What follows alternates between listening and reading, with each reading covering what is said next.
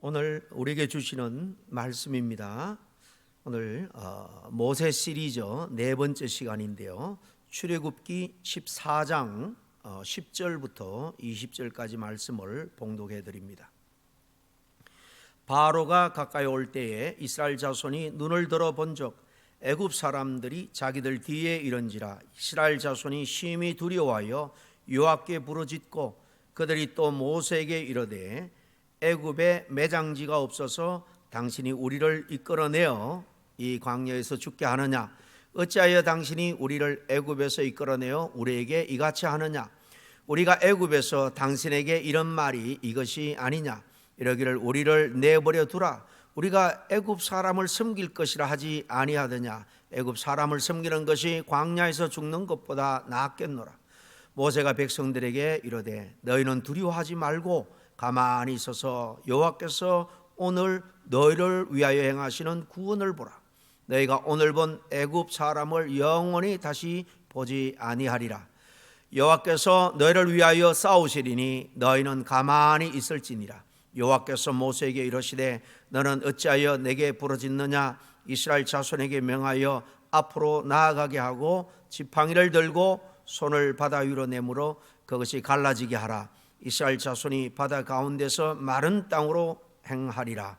내가 애굽 사람들의 마음을 완악하게 할 것인즉 그들이 그 뒤를 따라 들어갈 것이라. 내가 바로와 그의 모든 군대와 그의 병거와 마병으로 말미암아 영광을 얻으리니 내가 바로와 그의 병거와 마병으로 말미암아 영광을 얻을 때에야 애굽 사람들이 나를 여호와인 줄 알리라 하시더니 이스라엘 진 앞에 가던 하나님의 사자가 그들의 뒤로 옮겨가매 구름 기둥도 앞에서 그 뒤로 옮겨 애굽 진과 이스라엘 진 사이에 이르러 서니 저쪽에는 구름과 흑암이 있고 이쪽에는 밤이 밝음으로 밤새도록 저들이 이쪽에 가까이 못하였더라.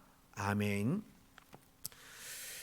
오늘 본문 말씀은 이스라엘 백성들이 출애굽을 해서 이제 홍해를 건너는 가장 드라마틱한 이 극적인 장면, 바로 앞에 벌어진 이야기입니다. 이 장면을 좀 더 정확하게 이해하기 위해서는 그 앞의 내용을 개략적으로 살펴볼 필요가 있겠죠. 이스라엘 백성들은 하나님의 강한 손과 편파를 통해서 애굽 땅에서 해방되어 나오게 되었습니다. 애굽에 속한 모든 장자가 죽는 그 재앙 다음에 바로는 마지못해서 이스라엘을 보내지만 또 마음이 다시 완악해져서 병거 600성과 큰 군대를 이끌고 그들을 추격하기 시작을 합니다. 그러니까 그 위쪽으로 지중해 해변을 따라서 이스라엘을 올라가면 지름길이에요. 성경대로 하면 한 7일이면 도보로도 충분히 갈 수 있는 거리인데 그쪽으로 인도하지 않고 광야로 인도합니다. 시나이 반도로 돌아서 가도록 그렇게 인도하죠. 성경에 보면 그 이유를 이렇게 말합니다. 바로가 쫓아오면 백성들이 두려워서 다시 애굽으로 돌아갈까 했기 때문이다. 다시 말하면 다시 추적해 올 것을 알았기 때문에 그 바로의 군대를 그 홍해에다가 수장시켜 버릴, 끝까지 하나님 앞에 굴복하지 않는 그 바로와 바로의 군대를 수장시킬 계획까지 갖고 계셨던 거예요. 또 하나는 하나님은 그들의 믿음을 연단하기 위한 겁니다. 그런 40년 광야 여정 속에서 하나님께서 그들을 어떻게 보호하고 지켜주시고 우리의 삶을 인도해 주시는지, 하나님이 어떤 분인지를 보여주시는 계획과 그들 400년 동안 애굽의 그 우상 문화, 세속적인 문화에 쩔어 있던 그들의 모든 사상과 정신, 그 모든 신앙을 40년 동안 어떤 의미에서 다 털어내기 위한 그런 연단과 훈련의 과정인 줄 믿습니다. 그런데 이스라엘이 비하히로옷이라는 곳에 도착했을 때 앞에는 건널 수 없는 홍해가 나타납니다. 뒤에서는 이제 분노한 바로의 군대가 추격해 오죠. 정말 우리 흔히 하는 말로 진퇴양난의 막다른 길에 갇히게 된 거예요. 사실 하나님은 말씀드린 것처럼 의도적으로 이스라엘을 그 자리로 이끈 거예요. 오늘 11절 12절 말씀에 보면 이스라엘 백성들이 공포에 사로잡혀서 모세를 원망했다 그랬습니다. 11절에 보면 애굽에 매장지가 없어서 당신이 우리를 이끌어내어 이 광야에서 죽게 하느냐? 애굽 사람을 섬기는 것이 광야에서 죽는 것보다 낫겠노라. 바로 이 순간 이스라엘의 불평과 그리고 모세의 믿음과 또 하나님의 놀라운 개입 역사가 이렇게 맞부딪히는 이 장면이 오늘의 본문 내용인 것입니다. 오늘 이 이야기를 통해서 역경 앞에선 전적으로 하나님을 의지 않고 그렇게 세속에 썰어 살던 인간들의 반응과 전혀 대조되는 참 믿음의 사람 모세의 이 반응을 우리가 한번 살펴보고 은혜를 나누기를 원합니다. 여러분, 살다 보면 누구나 막다른 길을 만나게 되죠. 이 막다른 길처럼 정말 어찌할 바를 모르는 그런 어려움, 역경을 만나게 됩니다. 누구나가 살다 보면 피할 수 없이 만나게 됩니다. 정도의 차이는 있고 빈도의 차이는 있는지 모르겠지만은 여러분, 인생이 처음부터 끝까지 순탄하기만 한 인생은 없습니다. 부자는 부자대로, 권력자는 권력자대로 그렇게 다 어려움이 닥쳐오는 겁니다. 앞에는 홍해가 가로막고 뒤에는 애굽의 병거가 쫓아오는 것 같은 정말로 피할 곳도 돌아갈 곳도 없을 때가 있죠. 이런 막다른 길, 이 홍해 앞에서 이스라엘 백성들은 완전히 절망합니다. 두려워하면서 절규하죠. 원망합니다. 그러나 모세는 그 어려움을, 그 역경을 변화의 기회로 바꾸어 놓는 것을 봅니다. 우리 믿음의 사람들도 모세처럼 역경을 변화의 기회로 통쾌하게 이렇게 역전시키는 그런 믿음의 온전한 사람이 될 수 있어야 되겠습니다. 이 비결이 뭐냐 하는 것입니다. 첫째로 역경을 만날 때 오늘 말씀해 보면 불평하거나 결코 좌절하지 말고 하나님을 바라보아야 한다라는 것입니다. 하나님은 세상으로 너무 멀리 간 당신의 자녀를 다시 가까이 인도하기 위해서 하나님과 세상 사이에서 흔들리는 믿음을 다시 바로 세우기 위해서 역경으로 밀어 넣기도 한다는 겁니다. 욥기서 23장 10절에 보면 나의 가는 길을 오직 그가 아시나니 그가 나를 연단하신 후에는 내가 정금같이 나으리라 고백하잖아요. 그 욥이 겪은 역경, 말로 다 할 수 없는 그 고난, 하나님이 욥에게 다시 믿음을 일깨워 줄 때에 이 역경은 나를 단련하여 다시 온전한 하나님의 사람으로, 이게 정금같이 그랬잖아요. 하나님의 온전한 사람으로 다시 세우기 위함이다 라는 것을 깨닫고 고백하는 거죠. 하나님을 전적으로 의지하는 믿음을 갖도록 그렇게 하신다는 겁니다.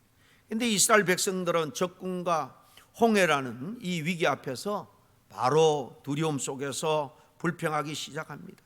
아니, 애굽에 매장지가 없어서 우리를 이 벌판 광야로 불러내서 여기서 다 죽게 하느냐라는 거죠. 단순한 불평이 아닙니다.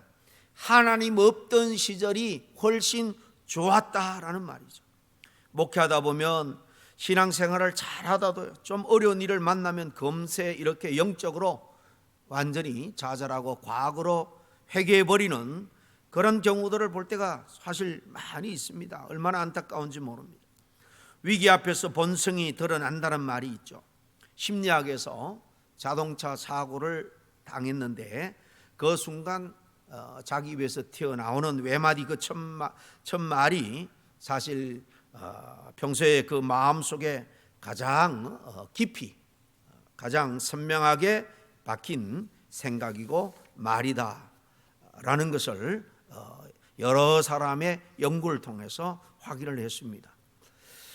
수술하는 의사 선생님들의 이야기를 들어보면요, 수술 환자가 수술을 마치고 이제 마취가 막 깨어날 때에 몽롱한 가운데 행설수설 별소리를 다 한다고 해요.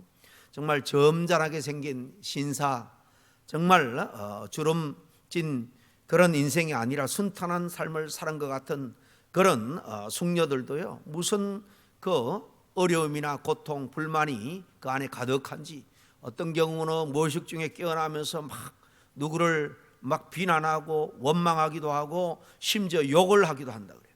어떤 사람은 반대로요, 아주 따뜻한 말, 감사의 말을 하면서 깨어나기도 한다고 합니다. 아마 무의식 중에 그 안에 가득한 것이 그냥 그렇게 흘러 나온다는 겁니다.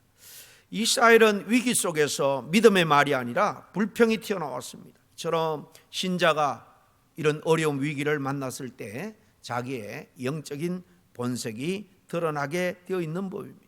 하나님이 우리의 믿음을 시험해 보기 위해서 때로는 이런 어려움을 우리에게 줄 수도 있습니다. 시험을 무조건 불평이나 원망할 것이 아니라 우리가 믿음의 눈으로 그것을 바라보고 믿음으로 잘 건너뛰게 되면 더욱더 우리의 믿음은 굳건하게 서게 되는 겁니다. 이스라엘 백성들은 위기 속에서 믿음의 만이 아니라 불평을 쏟아냈지만은 오늘 13절에 보면 이 모세는 전혀 반응이 다릅니다. 너희는 두려워하지 말고 가만히 있어서 여호와께서 오늘 너희를 위해서 행하시는 구원을 보라. 모세는 하나님이 이끌어내셨기에 이 홍해의 역경도 반드시 넘어가게 할 것이다, 이 위경에서 건져내고 구원할 것이다 라는 것을 온전히 믿었습니다. 이렇게 역경을 만날 때의 첫 반응이 우리의 신앙의 수준을 드러낸다면 정말 모세의 이 신앙은 우리가 정말 흠모해야 될 그런 신앙인 줄로 믿습니다. 우리가 역경을 만날 때 먼저 나오는 그런 말이 뭡니까? 여러분, 제가 정말 위경을 만났을 때 우리 입에서 금방 나오는 게 정말 믿음의 말일까요? 불평일까요? 우리 모두 어떤 역경에서도 하나님을 향한 믿음만은 놓치지 말아야 할 줄로 압니다. 둘째로 이 역경을 승화시킨 비결로서 모세는 하나님 앞에 서는 그 시간을 가졌다라는 사실입니다. 15절에 보면 하나님께서 모세에게 너는 어찌하여 내게 부르짖느냐라고 말씀하시죠. 이것은 위기 앞에서 백성들이 막 모세와 하나님을 원망하면서 절규하면서 부르짖는 불평입니다. 그러나 모세는 하나님 앞에서 부르짖었지만 그것은 하나님 앞에 기도에 부르짖었어요. 그 백성들은 사람을 향해서 절망을 토로했지만 모세는 하나님께 이 절망을 풀었다라고 볼 수 있습니다. 여러분, 위기에서 무너지는 사람이 있는가 하면 기도로 일어나는 사람도 있습니다. 19세기 유명한 중국의 선교사 허드슨 테일러의 그 자서전에 보면 중국에서 그 19세기에 큰 내전이 생기고 어려움이 찾아왔을 때 그 선교 본부가 다 불에 탔다고 그래요. 그리고 이 유럽에서 오던 재정적인 후원도 끊기고요. 그 어려움 속에서 허드슨 테일러는 매일 새벽마다 제일 먼저 잠잠히 하나님 앞에 나가서 하나님 앞에 서서 하나님의 이름을 부르면서 반드시 하나님이 시작한 일이니까 하나님의 활로도 열어줄 것이다, 믿음으로 하나님을 찬양하고 하나님을 의뢰하며 기도했다고 그럽니다. 그 동료가 이 허드슨 테일러에게 어떻게 선생님은 선교사죠, 선교사님은 이 어려운 가운데 이 얼굴이 평안하십니까? 라고 물을 때 그의 고백이 나는 아침마다 하나님 앞에 서서 그의 얼굴을 바라봅니다. 힘들고 어려울수록 하나님의 얼굴을 더욱더 깊이 분명하게 보려고 애씁니다. 그분이 살아계시는 한 하나님의 사역이므로 이 사역은 반드시 다시 세워집니다. 결국 그 어려움을 지나서 이 중국 선교의 허드슨 테일러는 성공적으로 사역을 마칠 수 있었습니다. 모세도 그렇습니다. 기도는 단지 역경을 피하게 하는 힘만이 아닙니다. 역경을 견디게 하고 역경을 오히려 변화의 기회로 만드는 힘이기도 합니다. 마지막 세 번째로 역경을 변화시키는 하나님의 방식은 기도한 다음에 이제 움직이라라는 거예요. 하나님 모세에게 기도만 하고 있으라라고 하지 않았습니다. 오늘 16절에 보면 지팡이를 들고 손을 바다 위로 내밀어서 그것이 갈라지게 하라. 시키는 대로 순종해서 움직이라는 거죠. 이스라엘 자손이 바다 가운데서 마른 땅으로 행하리라 그랬습니다.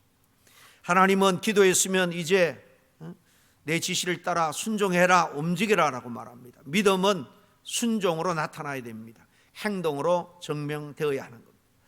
이스라엘에 이 랍비 전승이라는 게 있습니다. 성경은 아니지만은 옛날부터 내려오는 율법 선생 이 랍비에 전해놓은 기록에 의하면 홍해는 모세가 지팡이를 들었을 때에 갈라진 것이 아니라 나우손이라는 한 사람이 모세 이야기를 듣고 믿음으로 물속에 들어가 목까지 물이 찼을 때에 갈라졌다라고 전해옵니다.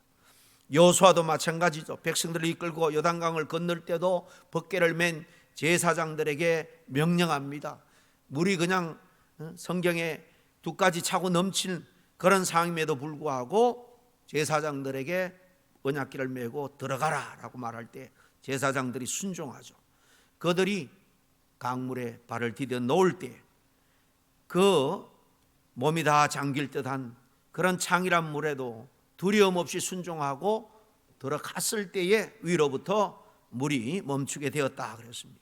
믿음으로 순종해서 발을 내딛는 순간 역사가 일어난 것을 봅니다.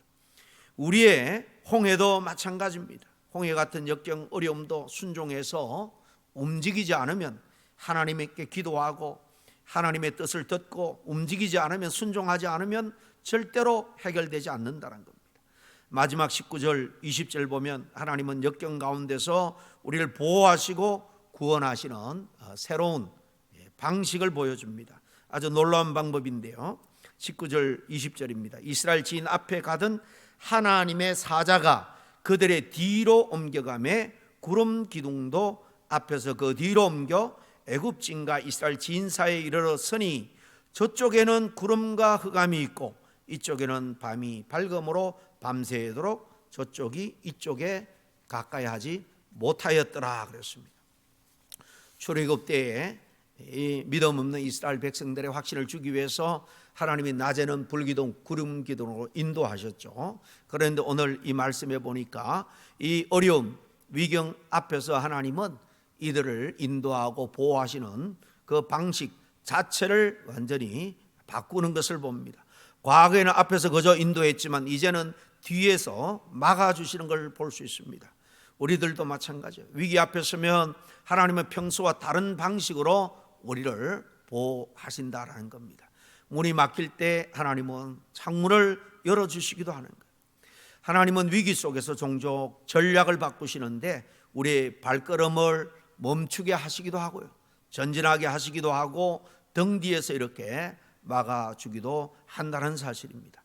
모세는 역경 앞에서 백성들의 원망을 다 받으면서도 감정적으로 받지 않고 하나님께 가지고 갔습니다.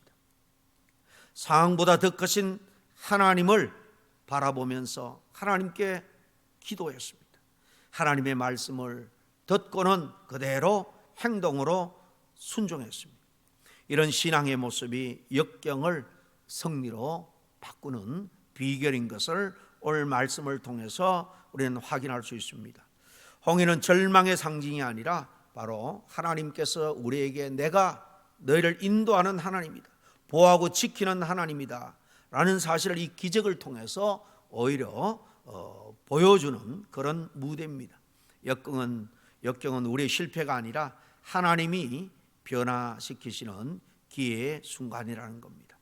어떤 역경을 만날지라도 이렇게 모세처럼 좌절하거나 낭망하지 말고 하나님을 바라보시고 하나님이 어떻게 우리에게 구원으로 인도하시는 것을 믿음으로 붙들고 주님께 기도하고 주님의 말씀에 의지해서 정말 말씀대로 한 걸음 한 걸음 용기 있게 내딛는 저와 여러분 될 수 있기를 바랍니다. 끝으로 14절에 보면 여호와께서 너희를 위하여 싸우시리니 너희는 가만히 있을지니라 그랬습니다. 여러분, 우리가 기도하고 뭐 한다 그럴지라도 정작 우리의 모든 문제를 책임지시고 해결해 주시기 위해서 나서시고 역사하시는 분, 싸우시는 분은 우리 하나님인 줄로 믿습니다. 하나님이 저와 여러분을 위해서 계속해서 일하고 계심을 믿을 수 있기를 간절히 축원합니다. 기도하겠습니다. 하나님 아버지 감사합니다. 홍해 그 위경 앞에서 또 뒤에는 바로의 군대가 추격하는 진퇴양난의 그 말로 닿을 수 없는 위기 가운데 백성들은 믿음 없이 좌절하고 낭망하며 울부짖었지만 모세는 잠잠히 하나님의 구원을 믿음으로 바라보며 주님 앞에 기도하며 나갈 때에 하나님이 말씀하시고 말씀대로 순종할 때에 홍해는 갈라지고 대적들은 그 홍해 수장들은 놀라운 하나님의 구원의 역사를 경험하게 되는 것을 아버지 하나님 우리는 오늘 말씀을 통해서 다시 한번 확인합니다. 이 놀라운 하나님의 도우심과 역사하심이 우리에게도 그대로 일어날 수 있다는 사실, 그리고 하나님이 친히 오늘 우리를 위해서 일하시고 악한 마귀 사단을 대적하여 친히 싸우심을 우리가 믿음으로 믿고 정말 믿음의 행보에 좌절 없는 그런 전진 계속해서 주님의 나라를 위해서 나아갈 수 있는 우리 모두가 되게 도와주시옵기만을 간절히 바라고 나올 때 예수님의 이름으로 기도하옵나이다. 아멘.